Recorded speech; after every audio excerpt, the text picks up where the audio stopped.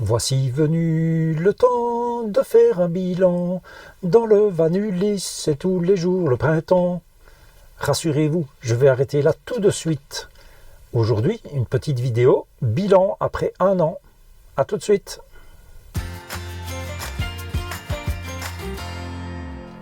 Voilà un an presque jour pour jour que j'ai démarré la van life. Et le moins qu'on puisse dire, c'est que cela n'a pas vraiment tourné comme je le pensais. Et je pense que c'est ma foi le cas pour tous ceux qui sont dans la même situation. La situation de tout un chacun est bien évidemment différente. Chacun a son propre cas. Ceci dit, ma situation est probablement un peu plus atypique par rapport à d'autres, puisque j'ai ma société dont je continue à m'occuper, bien évidemment.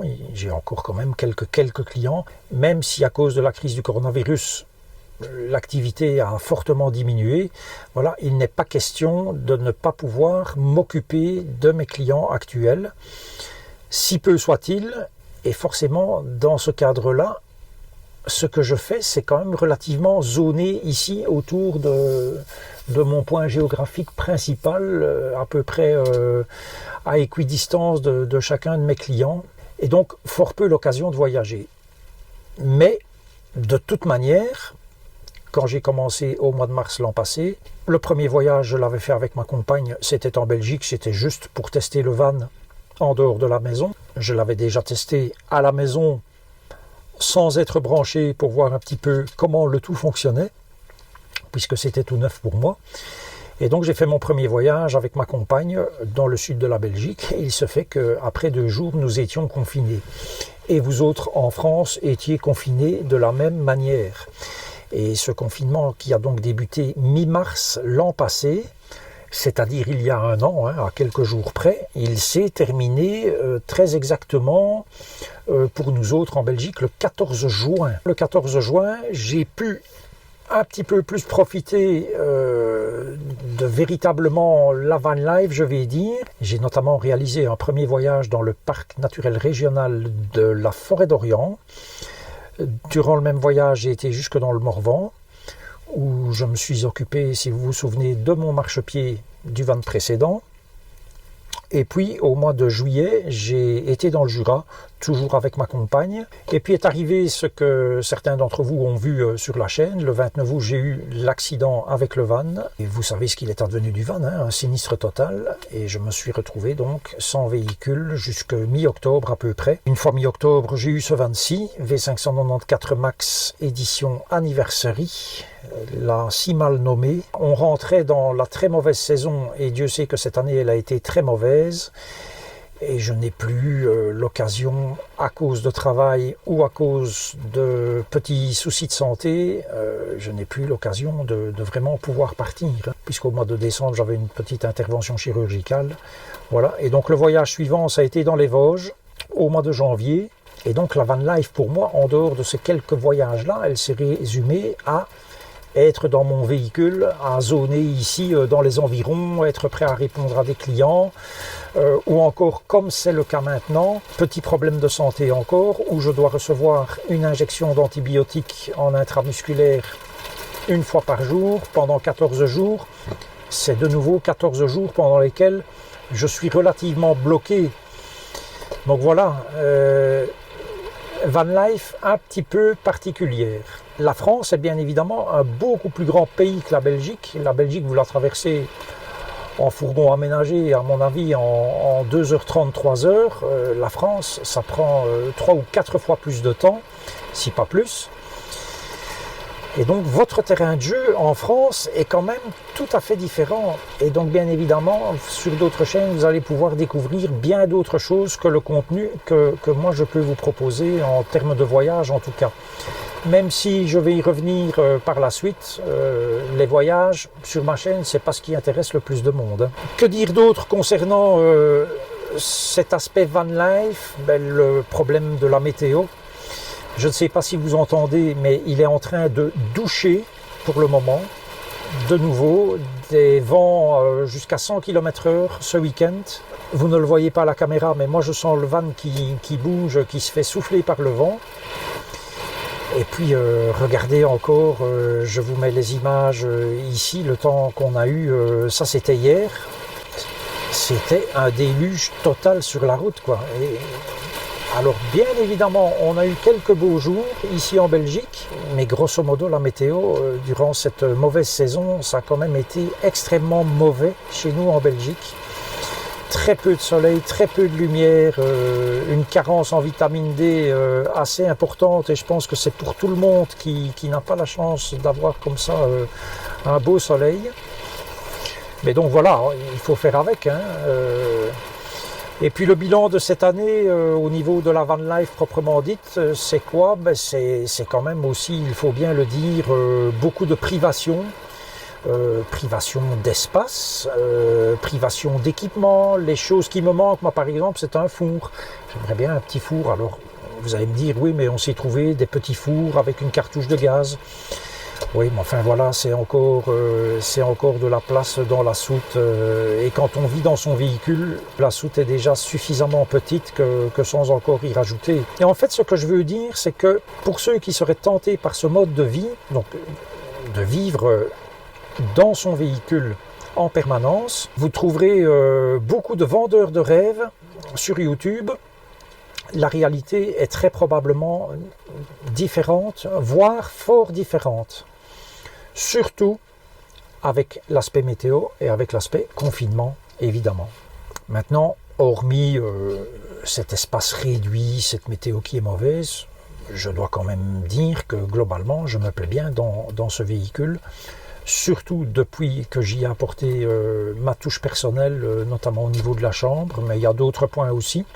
Je l'ai choisi, cette vie, de toute façon, et moi j'ai pour habitude d'assumer mes choix, tous mes choix. Globalement, je suis positif. Autre aspect à venir cette fois de la van life, c'est l'explosion des ventes de véhicules de loisirs qu'il y a eu durant toute cette période de confinement. Les gens se sont jetés sur les véhicules de loisirs, beaucoup de fourgons. Et donc je suis convaincu qu'on va voir aussi une explosion de comportements déviants, entre guillemets, des gens qui vont faire un peu n'importe quoi. Et le corollaire de tout cela, ça va être les interdictions qui vont, à mon avis, pleuvoir quand les autorités vont se rendre compte de la manière dont les gens se comportent. Voilà, moi je crains quand même beaucoup ça. Chez les concessionnaires, ça a été la folie, parce que j'ai quand même quelques échos de ce qui se passe. Et c'est la folie au niveau des ventes, des locations, etc. Voilà, il n'y a plus que ça. Oui, puisque notre vie a changé avec toutes les interdictions et privations de liberté auxquelles on a dû faire face cette année et qui sont loin d'être finies malheureusement. Au niveau du véhicule, eh bien, comme je l'ai déjà mentionné plusieurs fois, et je le rementionne encore parce qu'on m'a fait régulièrement la remarque, oui, mais pourquoi tu as acheté ça, etc. Et pourquoi tu es chez tel concessionnaire, pourquoi tu n'as pas été à tel endroit ou à tel endroit. D'un, je rappelle quand même que le choix de mon premier véhicule, ça avait été chez le concessionnaire qui est le plus proche de chez moi, et c'était honnêtement le choix le plus logique d'aller d'abord là. D'autant que j'avais déjà acheté chez ce concessionnaire 2 autres véhicules, longtemps avant. Et puis en fait, comme je l'ai expliqué dans une des premières vidéos de la chaîne, j'ai eu un vrai coup de cœur pour mon premier van. Voilà, je suis rentré dans tous les fourgons aménagés qu'il y avait dans la concession. Et après chaque fourgon, je retournais vers mon premier van, là, le V594, qui était blanc, lui.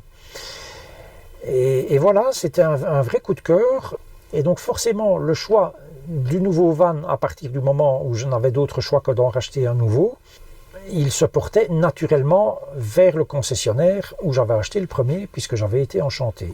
Bien que j'ai quand même téléphoné à d'autres concessionnaires du pays, en Wallonie, pour voir ce qu'ils avaient, et ils n'avaient rien. Et puis il se fait que mon concessionnaire m'a dit à un moment donné, ah ben nous on n'aura rien avant janvier ou février, ce qui était une échéance bien trop longue pour moi, puisqu'on était fin août, début septembre.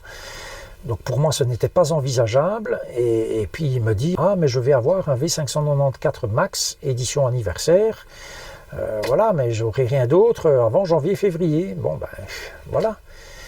Voilà ce qui explique en partie, il y a d'autres raisons mais qui sont d'ordre privé, donc je ne les expliquerai pas, mais voilà la raison majeure pour laquelle je me suis porté sur ce van, en me disant le lit supérieur, ce n'est pas grave, j'en enlèverai la moitié et comme ça j'aurai un espace de stockage pour mettre mes affaires. Il se fait que malheureusement ce van, il est très mal né, comme vous avez pu le voir au cours des vidéos depuis le mois d'octobre, puisque je l'ai réceptionné mi-octobre. Et voilà, j'ai dû faire face à tous ces problèmes. Et puis il se fait également que pour le demi-lit supérieur, alors que je pensais que ça allait pouvoir me convenir, au final ça ne me convenait pas du tout. Et donc j'ai apporté diverses transformations que vous avez pu voir en vidéo. D'abord les phares. Ça n'a pas l'air comme ça, mais changer les ampoules de phare par des LED, même si je sais que ça ne passera pas le contrôle technique et que donc avant de passer le contrôle technique, je devrais remettre les anciennes ampoules pour rechanger après, hein, bien évidemment. Donc ça a quand même été une modification assez importante. Je pense que quelques-uns de mes abonnés ont fait la même modification et ont observé, tout comme moi, l'avantage que cela procurait. L'autre modification, celle-là, de taille, c'est la chambre, puisque j'ai éliminé carrément toute la structure supérieure, j'ai rehaussé mon lit et j'ai donc maintenant une soute qui a la même hauteur à peu de choses près que dans un V594 normal. La hauteur du lit, j'ai mesuré, on est pareil, à 1 cm près, on est à la même hauteur qu'un V594. Et cette modification, pour moi, elle a changé tout, absolument tout. Parce que quand on vit dans une boîte de conserve, l'idéal, c'est quand même d'avoir de la lumière. La lumière, c'est la vie, dit-on. Et bien, encore plus quand on vit dans un véhicule. Et donc maintenant, j'ai de la lumière dans ma chambre quand je me lève le matin. Et c'est tout à fait autre chose. Quand ma compagne vient, puisqu'elle dort côté porte, eh bien, elle n'a plus le sommier au-dessus de sa tête. Moi, au-dessus de la mienne, je n'en avais pas puisque j'avais supprimé la moitié d'un lit. Mais elle, quand elle venait avec moi, ben, elle avait sa tête qui était à 40 ou 50 cm du sommier supérieur. Et elle se sentait enfermée là-dedans. Donc ce n'était pas gai pour elle non plus.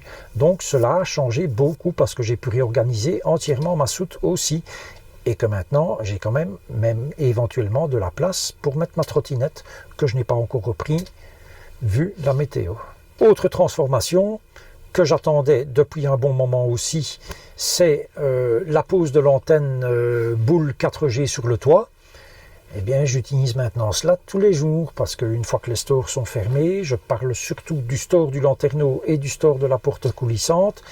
Une fois que ces stores sont fermés, il y a une surface métallique et il y a une réduction du signal 4G. Et donc, voilà encore, en tout cas moi, pour mon travail, puisque je dois pouvoir me connecter avec TeamViewer, pour ceux qui connaissent, au serveur de mes clients éventuellement, ou aux stations de travail de mes clients, c'est quand même un gage d'une connexion nettement meilleure que simplement le partage de la connexion de la tablette ou du téléphone.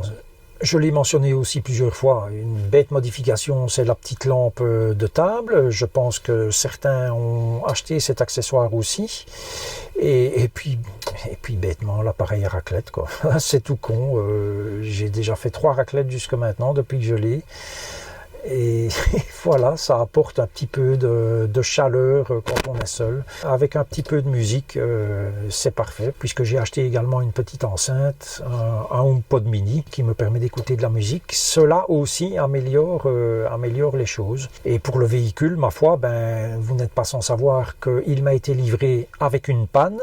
Certes, j'ai pu rouler, mais enfin, ce véhicule était en panne à la livraison. Voilà, il y a diverses choses qui ont été réglées, donc principalement chez le concessionnaire. Le problème d'entrée d'eau du lanterneau. Le problème d'entrée d'eau ici, bon ben là, le gars à la concession, lui, il soutient mordicus que c'est une entrée d'eau dans le pare-brise. Je ne sais pas si vous venez d'entendre la douche qui vient de tomber, ou pendant la vidéo que je vous ai passée au début, là, sur la route où c'est le déluge, il n'y a pas une goutte d'eau qui rentre par le pare-brise, bien évidemment. Donc pour moi, c'est uniquement de l'eau de condensation. Et il n'y en a plus pour le moment, pour la bonne et simple raison que les conditions climatiques ne sont pas propices à de la condensation. Je pense que c'est tout simplement cela. N'empêche, il pouvait me dire écoutez, on ne sait rien faire, c'est un problème de condensation, ou écoutez, il faut qu'on démonte et qu'on remette un isolant ou Dieu sait quoi, parce que c'est un problème de condensation. Ça, moi, c'est la réponse que je ferai à mes clients. Mais bon, voilà, c'est comme ça. Dernière modification en date, je ne sais pas si vous connaissez ce petit objet. C'est en fait une équerre qu'on utilise pour fermer les slots d'extension d'ordinateur qui ne sont pas occupés. Quand vous rajoutez une carte d'extension, par exemple, vous enlevez cette espèce de plaque métallique en forme d'équerre et vous installez votre carte d'extension. Et c'est en général après que les plaisirs commencent. Eh bien, en fait, sur le véhicule Adria d'un abonné, véhicule magnifique, j'ai vu qu'il avait un cale-porte. Je vous mets la photo. Donc, ça permet de tenir la porte ouverte lorsque le véhicule penche vers l'avant. Ça, évidemment, s'il penche vers l'arrière, ça ne fonctionnera pas. Et lui, c'était d'origine sur son véhicule. Donc, j'ai fait une photo de ce truc-là. Et puis, tout d'un coup, m'est venue l'idée d'utiliser justement une de ces équerres d'ordinateur. Et donc, je vous montre le résultat. J'ai plié, alors c'est pas du grand art, bien sûr c'est fait un peu à la va-vite même je dirais. Au niveau des achats de matières premières, j'ai simplement été acheter un petit paquet de vis autoforantes, dont coût 3,95 € ou 95. Et puis avec une pince, j'ai plié cette plaque comme j'ai pu et j'ai donc fait un arrêt de porte. Et bien voilà encore un petit truc qui, mine de rien, change la vie en van. Donc, au final, sur ce véhicule, je n'ai plus grand-chose à faire, je pense, et le peu qu'il y a, ça sera fait quand il fera enfin bon. Au niveau de la chaîne YouTube en elle-même, que dire? J'ai démarré cette chaîne au mois de février l'an passé. Nous sommes aujourd'hui à 2250 abonnés environ. Le 9 septembre, j'avais 100 abonnés, le 12 décembre, j'en avais 500 et le 21 février, j'en avais 2000. Aujourd'hui donc 2250. L'augmentation du nombre d'abonnés qui a été relativement exponentielle au mois de janvier, elle est maintenant sur un palier, je vais dire. Voilà, c'est comme ça. Si ça ne monte pas plus, c'est probablement que le contenu ne plaît pas ou ne plaît plus. Voilà, c'est comme ça. Bien sûr, on préfère toujours avoir plus d'abonnés que moi. C'est sûr que 10 000 ou 20 000, c'est mieux que 2200. Mais voilà, 2200, c'est bien. Moi, j'espère plus, bien évidemment. Mais ça ne dépend pas que de moi. De toute façon, au niveau de la manière dont la chaîne est perçue, il y a un certain nombre de pouces rouges sur chaque vidéo. Vous pouvez le voir puisque cette information est affichée. À mon sens, le nombre de pouces rouges est relativement important. Mais voilà, c'est comme ça. Il est évident que moi, je ne peux pas vous proposer du contenu de voyage alors qu'on est confiné, qu'on se fait éjecter des endroits où on est garé, puisque ça, j'en parlerai peut-être dans une vidéo dans quelques semaines. Et donc c'est quand même très compliqué avec ces confinements, avec cette météo, etc. C'est compliqué de proposer un contenu de qualité et je pense que pour d'autres youtubeurs, il faut aussi se battre pour trouver quelque chose d'intéressant et continuer à captiver son audience, quoi. Ce n'est pas facile du tout.